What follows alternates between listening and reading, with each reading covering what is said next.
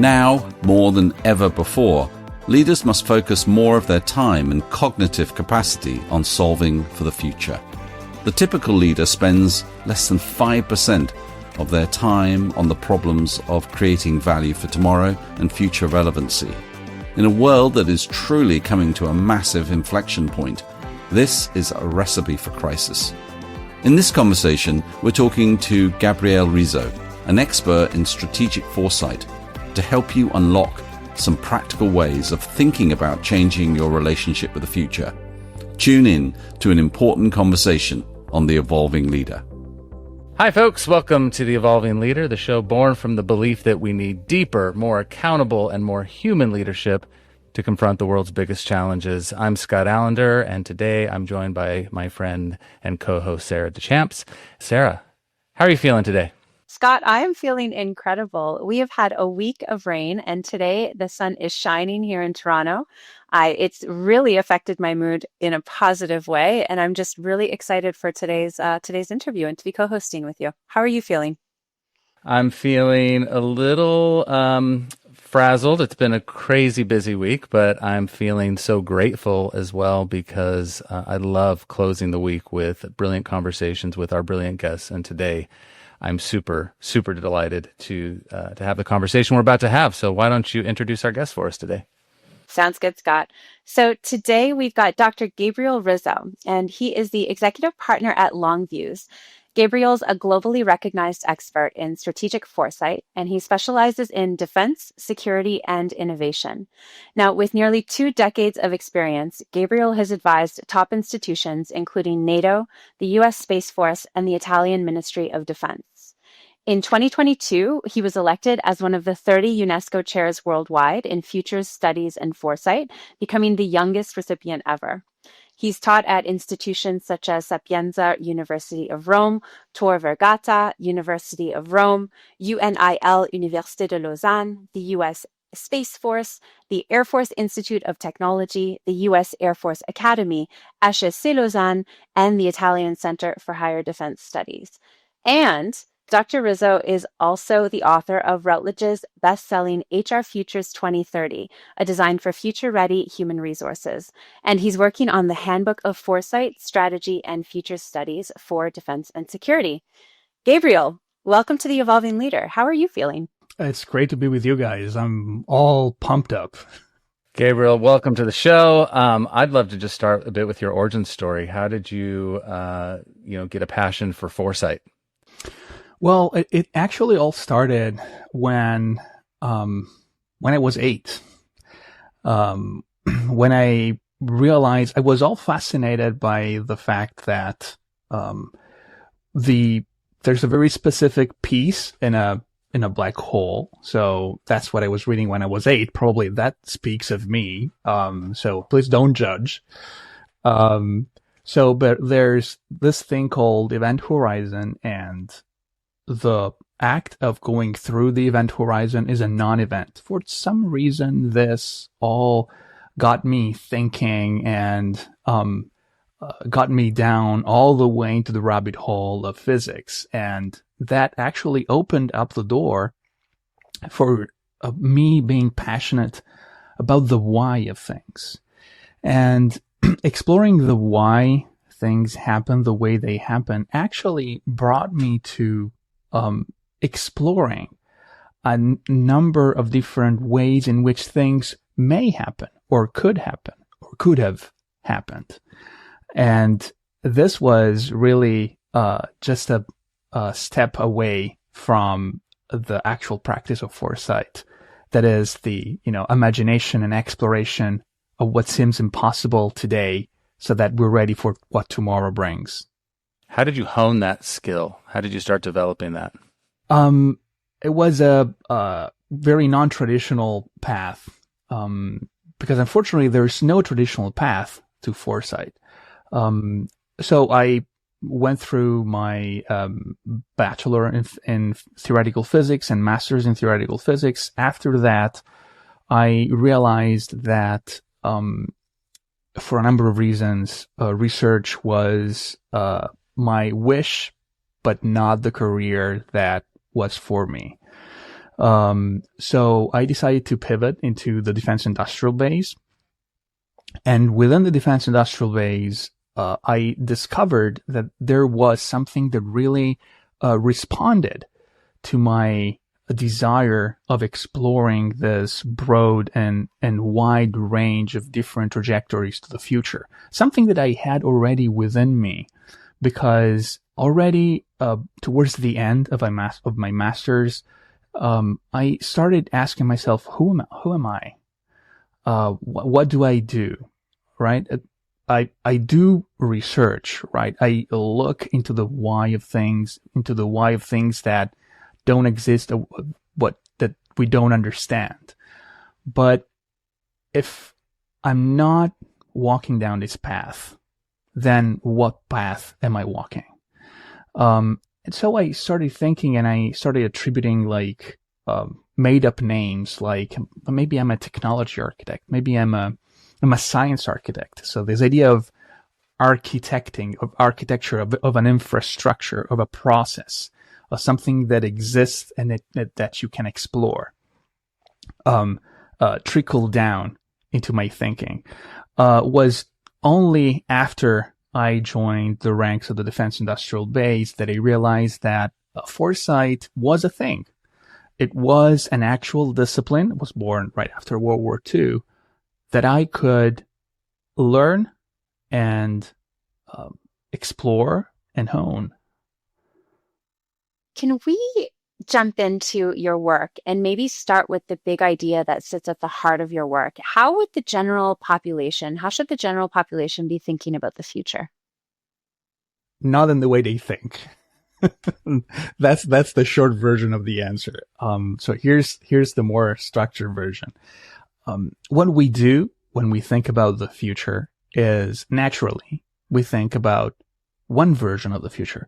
When we think about predicting the future, we think about the crystal ball, and there is one future, there's one version, there's only one direction. But that's not what the future is. The future actually exists in the plural, because just think, the present moment used to be the unimaginable future. So if there's an imaginable future and an unimaginable future, then by definition, there are at least two futures. So we have to work with futures in the plural. And if there are plural futures, then we cannot predict them. And so we have to do something else with futures. And foresight means thinking about lots of different things that could happen later, like imagining different ways a story might end. This is how I explain it to my daughter. We do not guess what's exactly going to happen. We do not predict. We don't want to guess the end of the story. We think about many possibilities.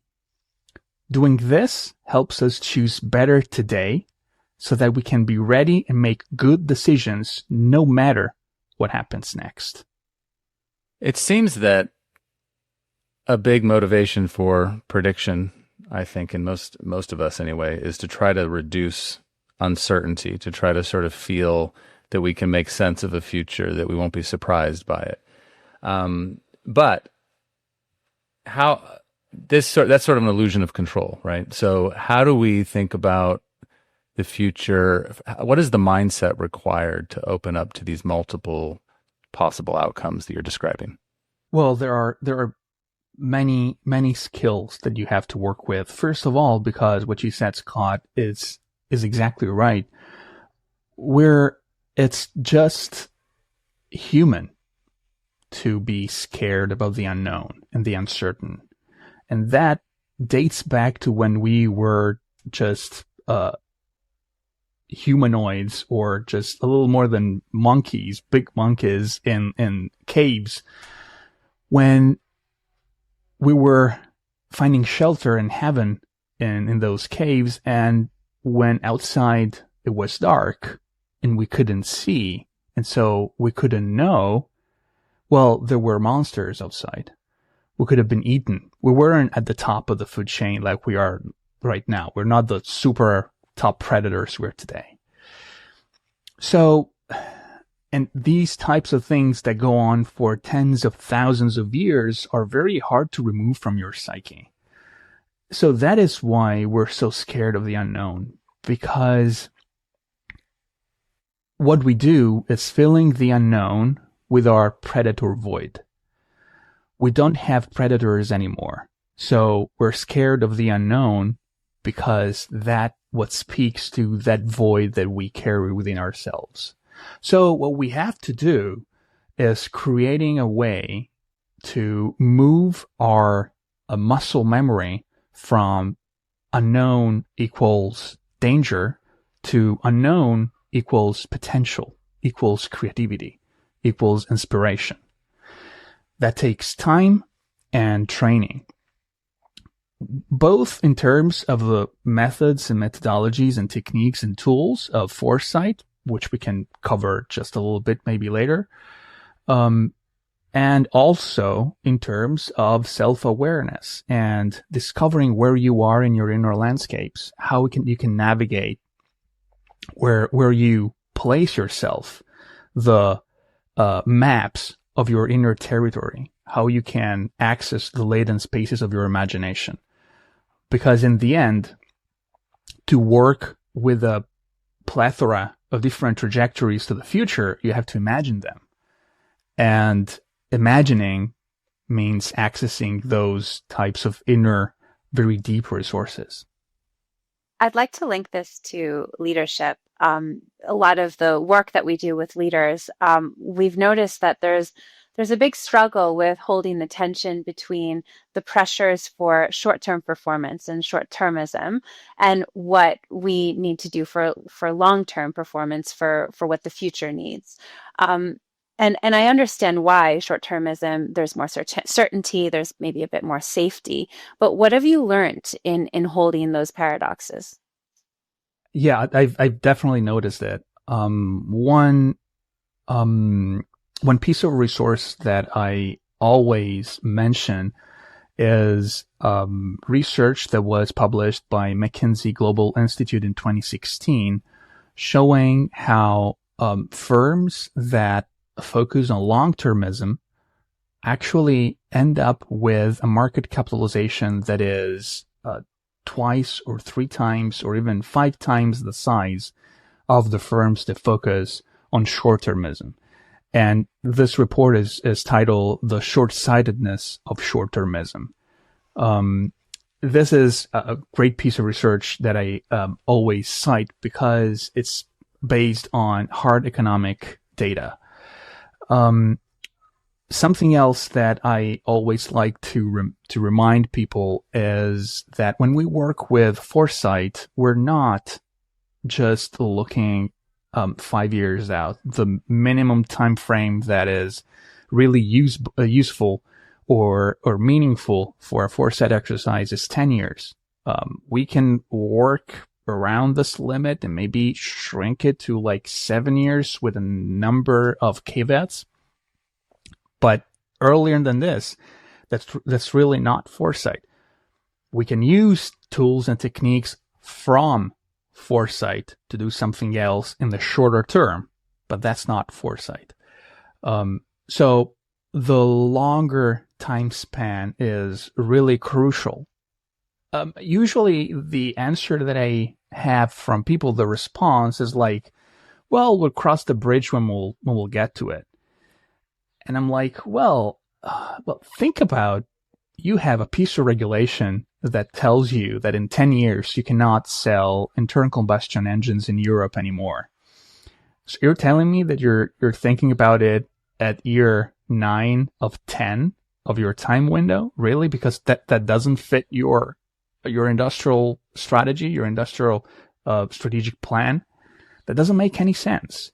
As well as it doesn't make no sense when we have the opportunity and the possibility and the chance to really look 10 years out, and by looking at where we want to be or looking at a number of features of the futures that we're able to create 10 years out, we can inform our midpoint position 5 years out. Because the fact that we're looking 10 years out doesn't mean that all of the problems accumulate at the 10-year mark. A number of problems you might be in the need of tackling right from the get-go, because maybe they're very long-term problems. Maybe you have to rebuild your business model, or maybe you have to pivot in a different part of the market, or maybe you have to think about a different type of asset. And I'm talking to defense and security leaders or governments that you may be in need to have 10 years from now. These are not things that happen overnight. The fact that sometimes it seems that they happen overnight doesn't mean that the work that make them happen is not lasting decades or even more sometimes.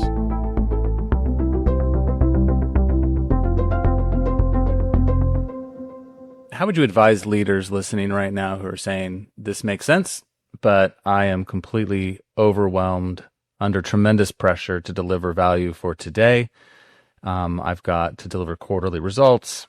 Obviously, I do give some thought to the future, but I don't have the resources and time to really invest in it. So I end up maybe even unintentionally defending the status quo and trying to protect my business from threats and risks. What are some practical tools, right, in the context of the realities in which we find ourselves in this sort of always on kind of high demand pressure people are experiencing? What would you say are some real tools that you could start to give people to think about how to do what you're talking about? So first of all, I want to top this with two very short remarks. First of all, no foresight effort is too little, as long as it's good foresight. So you can start with whatever, as long as it's very well, it's structured in the proper way, and it's not like a standalone or like a one-shot type of thing. So starting with very little is fine. Very little is okay. It's okay not to commit hundreds of thousands of dollars of resources for your first shot. Just start with a little bit, crawl, then walk, then run. That is okay.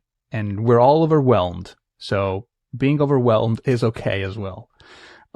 Second of all, there are two best times to work with foresight. The best time overall is when you're thriving, when you're at the top of your hill, when you're at the top of your game. Then that is a good time to work with foresight, because that opens up the way you're thinking about your problems and your business, and it empowers capturing new trajectories that you might not be able to see from your present observatory. The second best time to work with foresight is when you're in a mess, when you're in total crisis mode. That is your best time to work with foresight, because despite the fact that you're struggling to make ends meet and finding the meaning of all this tangle and really unpack everything you have on your plate, that empowers you to make hard decisions that you wouldn't make otherwise. So that is your second best time to really work with foresight and really access the entirety of power of different trajectories that you can build in the future and see how they influence the present. How do you do this? Well, there are hundreds of techniques. I'd suggest a couple of things, just a couple. They're very easy. On top of the usual trends analysis, horizon scanning, things that are really, really the foundation of all this, and it would be even maybe not very formative for our audience today to listen to, I suggest you to use two different techniques. One is called the futures wheel. The futures wheel looks at a central topic and explores all of the different consequences that branch out from that single element. So you pick an issue or a discovery or in general any element that can exist in the future, and you branch out all of the consequences from there. In that way, you understand how things are actually creating a context in the future that you might be interested in, because that is your context that you're navigating towards, maybe unwillingly. So let's make it a conscious decision. The other technique that is very, very widely known, but it's nevertheless very effective, is using scenarios. Now, I have to be very careful. I want to stress that not every story about the future is a scenario. A scenario, to be so, it has to tick some boxes. If we just tell a story about a person in the future, that's not a scenario. That's a persona or a short story. If we're talking about, if we're describing a situation that happens in the future that is at a very delimited scale, both regionally or about a topic, that could be a vignette or a war game. A scenario has to look across what we call the transactional environment. So we have to look across the entirety, the space of all the things that happen. So there are plenty of taxonomies to split the transactional environment. PEST, for instance, that political, economic, social, and technological factors. And then there's steep, there's steeple, there's plenty, really. And the power of these is that you can make your own. If you see that there are some of the problems that you're trying to tackle are not included or they don't match very well with this taxonomy, build your own. Foresight is a very hands-on discipline. Gabriele, you have a ton of experience working in environments like defense and government, and in environments that are perhaps a little bit more legacy or a bit more traditional, where I think the widespread assumption is that risk aversion is the norm. How might a leader create space for disruptive innovation without triggering resistance? There are many ways that I've seen this failing. So I'm happy that you're asking this. So maybe it's a what not to do. So what I've seen is, okay, so what not to do. Do not christen a team as as those who are to have ideas. They're the only ones who can have ideas. That's not the way to do it. If you build an advanced concepts team or an advanced technologies team, that is very likely not going to work unless you're putting this team in a matrix organization. And so you're having a number of, to tell it in a sci-fi way, number of envoys, and I'm quoting Altered Carbon here. So you have a number of envoys that are functionally reporting to the head of the service or the division or the line of business, and hierarchically reporting to the head of this unit. But they have to be where things happen. Otherwise, you're basically telling the rest of your organization you're not very good at having ideas, and this is gonna trigger antibodies from the entire organization, so that you'll never be able to really think about the future and explore innovation. Another thing that I've seen failing is not believing enough in innovation, using it just as a bumper sticker for a number of initiatives, but then trying to do zero risk innovation, if that even makes sense. You can't have zero risk innovation. If you want to innovate, you have to bear the risk. You have to be able to be a risk taker. If you don't want to be a risk taker, then be a fast follower. But you cannot be a leader or a trailblazer if you're not willing to, if you don't have the mechanisms, and if you don't have the leadership that is able to work with risk. So one of the ways to do actual innovation work is with ambidextrous organizations. So you're creating another branch of your organization that is completely disconnected from the standard hierarchy, and you create basically a cradle for fast track innovation. If you're looking to do something that is wildly disruptive, and it could be potentially difficult to integrate with the rest of the organization, that is a good way to do it. Otherwise, if you really want to build a culture of disruptive innovation, that is going to take time, and you'll have to start working with dissemination a lot, and really explaining what innovation and futures thinking is to people, because in the end, all of us can think about the future. What we're missing is how to make this capacity deliberate and systematic. Where are you seeing the best practices? Where are you seeing this happening in real time, where people can look for inspiration? So, what I've seen is that usually companies who cross the threshold of $2 billion of revenue are the ones who really that really feel that they have to work with the future. They really feel that there's a level of influence and agency that they have towards the future, and that they have to exploit future's intelligence to really make sense of.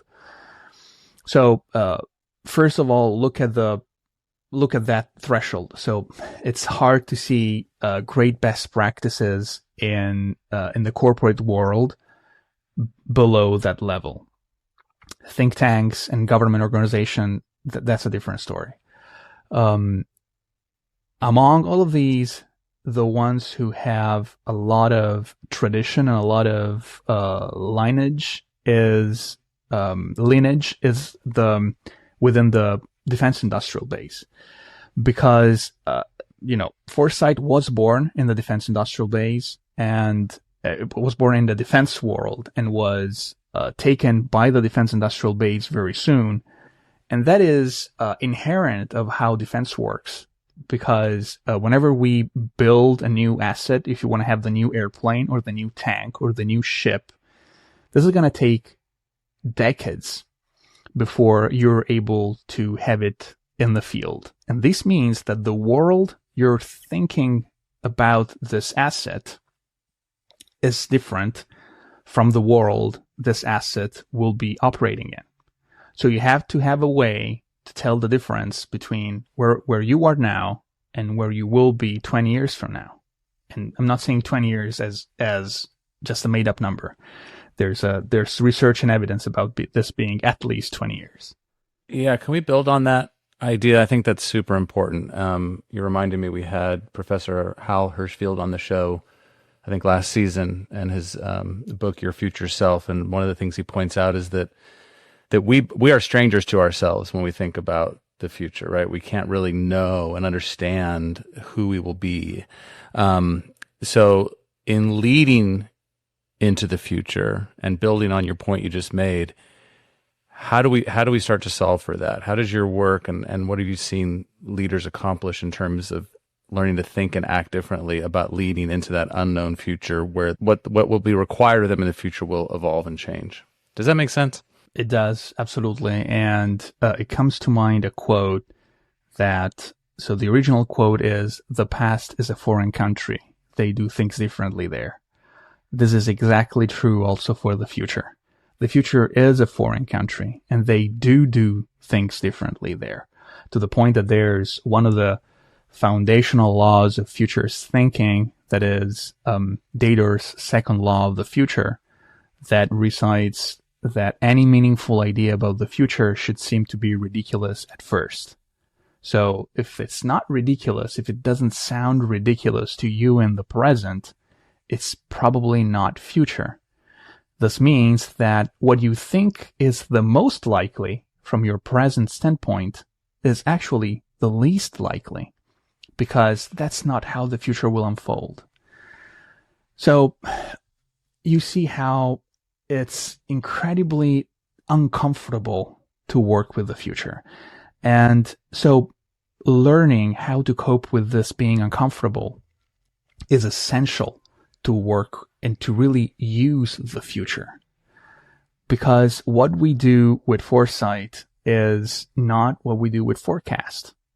And what I always say is that foresight is not forecast. We do not predict a single future, we explore many. Foresight uses the future not as an objective to reach, but as an expandable construct, whose sole purpose is to expand our thinking in the present, to make better, bolder decisions. We have to be comfortable with this concept. We have to stop looking for comfort in this idea of predicting. Prediction and planning are useful ways to work with the future, but they're old. They're not advanced. They're primitive. We need more advanced ways to really use the future. So how does AI change all this?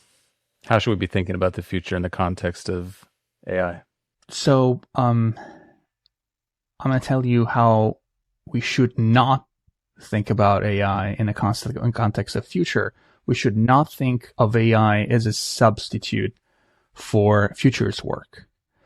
AI, and I'm using AI as a placeholder for large language models in this moment in this conversation, and specifically with all the zoo that we have of different large language models currently. But the whole point is that they're trained with data of the present. They couldn't be trained with any other type of data, right? Data is a recorded measure of the past. So what AI does is extrapolating from the past to the future, which is exactly what we must not do. However, it's a great way to know everything that's happening in the present, which we are most of the time impossible. It's impossible for us to really wrap our minds and heads and arms around the immense wealth of information and data existing in the present. So that is a great way to have snapshots of different things talking about the present that are incredibly helpful to work with the future. Because, as William Gibson said, the future is already here. It's just not very evenly distributed. So the moment we're able to look at a multitude of different pockets of the future here in the present, well, this helps us to build more meaningful futures. Welcome back to the Evolving Leader podcast. As always, if you enjoy what you hear, then please share the podcast across your network and also leave us a rating and a review. Now, let's get back to the conversation. Gabriele, in our time together, you've mentioned 2 laws of foresight. So you mentioned one law being foresight is about looking minimum 10 years out. And I think you mentioned one as well about the future must sound ridiculous when you're thinking of it in the present. And I was wondering, are there any other laws of foresight that you work with? Yeah, absolutely. So there are 2 sets of laws, the fundamental laws in foresight that are like Newton's laws and the laws of thermodynamics for those working in physics, that are like the fundamental axioms of mathematics for those coming from that field. They are the pillars of how we work with the future. They describe the nature of futures work and the character of futures. And these two different sets are the set of the three Dador's laws of the future and three Clarke's laws. So the Dador's laws of the future describe the character of how we build futures. What is the nature of the work we do? First, Dador's first law says that the future the future cannot be predicted because the future does not exist. And this is the core saying that there are multiple futures, and there are many ways in which we can work with a multitude of futures. And it's our duty to invent, assess, evaluate, imagine, reassess, and recreate futures systematically. So in one word, we have to use futures. Dador's second law of the future is the one that I mentioned before. Every meaningful idea about the future should seem to be ridiculous at first. And Dador's third law of the future says we shape our tools, and thereafter our tools shape us. This is immensely deep, also thinking that this was written in 1996. So there are a number of incredible consequences when you think about it, also looking at the aspect of large language models currently. The idea, if you think of prompting not as a one-way dynamics, but as a two-way dynamics. So basically, if you think of the answer of the large language model as a prompt to the human, and I'm pausing here and I let it sink in, this changes everything when you start working with large language models. Clarke's laws describe how we work with futures. They talk about basically how impossible is a resource. Impossible is a matter of time.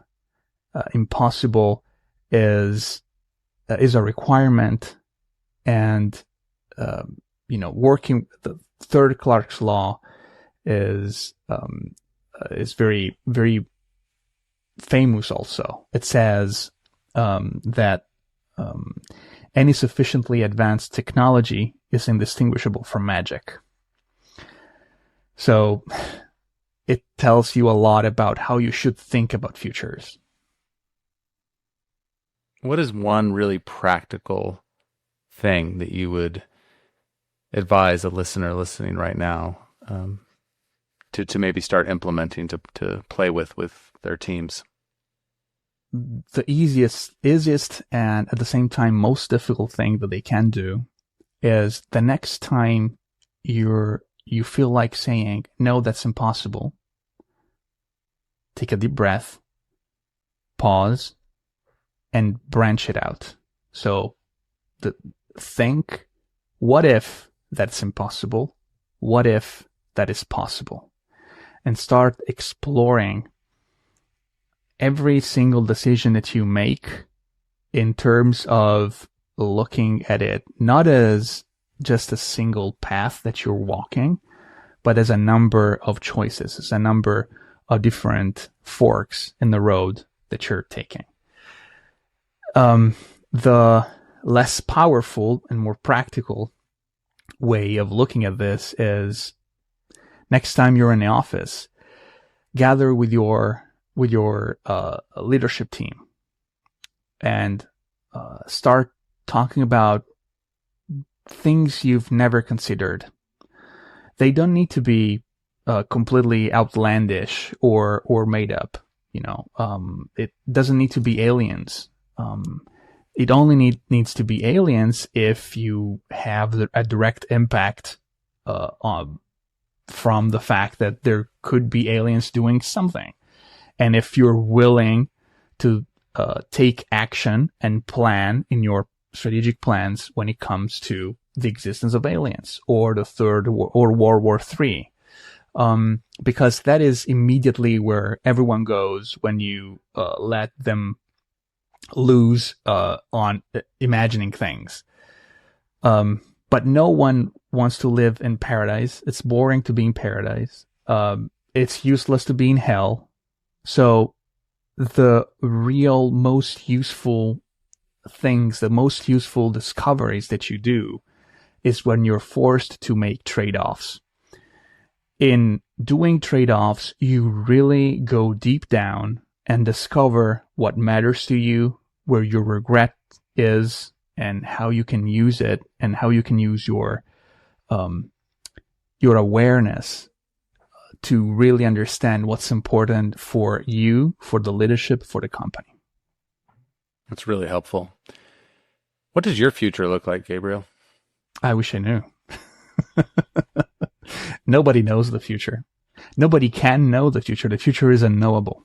And that's the beauty and the power of it. Because we can work on it.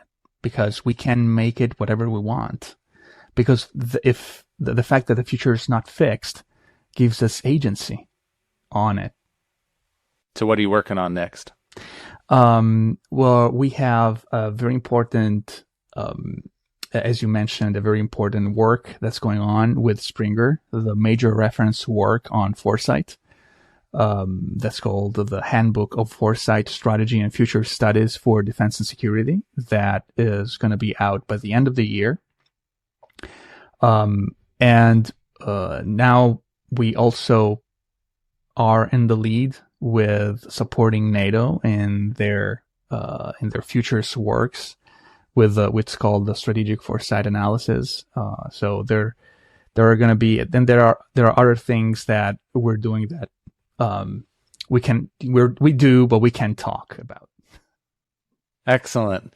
So how can people get in contact with you? I would invite everyone to either visit my LinkedIn profile. Then there's my personal website as gabrielerizzo.ai. And also, I would invite people to, and our audience to look at our past track record with Longviews on our website, Longviews.ai. And Gabriel, before we close, you mentioned to me offline about, I believe it's on your LinkedIn, about Foresight Kitchen. Could you tell us just a little bit about that? Absolutely. Thanks for bringing it up. I believe that the usual way of thinking about foresight as a toolbox is not the right way of framing it. A toolbox is cold, is ugly, and it's something that you hide in a closet because you don't want people to see. A foresight, instead, is a sophisticated place of people, of tools, of methodologies, but also of interaction. You cannot do foresight alone. This is a very important piece of foresight. We're not hermits in the ivory towers. We work with people. We do not know the future of people or of company. We work with organizations to tap into their domain knowledge and know more about different futures that pertain to them. So that's why it's a kitchen.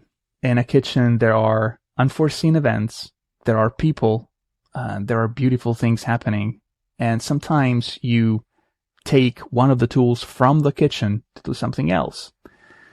And it's important that you know that it has to be back in the kitchen at a certain point, but it's a place of people and interaction and beautiful things happening. And that's why I'm convinced that the idea of a kitchen and not of a toolbox is much better to frame this capability. I love that. Gabriel, thank you for your time and your wisdom. I know our listeners are going to love this, so we really appreciate you taking the time to share some of this with us. And folks, thank you for listening. And until next time, remember, the world is evolving. Are you?